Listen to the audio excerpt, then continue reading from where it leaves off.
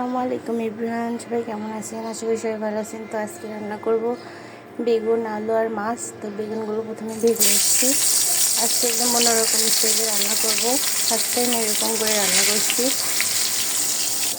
তো বেগুন ভাজি হয়ে গেছে, বেগুনগুলো এবার উঠিয়ে নিচ্ছি। তারপরে ভেজে নিলাম আলু। তো এই তো মাছ ভাজা শেষ। এখন দিয়ে দিচ্ছি মশলাপাতি।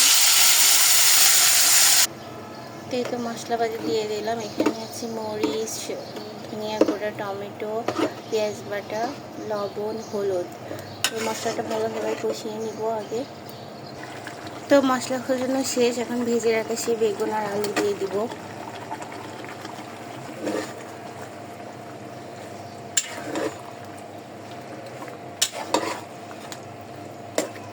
তো এই তো যেহেতু ভেজে রাখা জিনিস, তাই অল্প একটু কষিয়ে নেব। কষিয়ে নেওয়ার পরে হালকা একটু পানি দিয়ে তারপরে মাছ দিয়ে দিব। তো এই তো এখন দিয়ে দিচ্ছি, মাছগুলো দিয়ে দিব।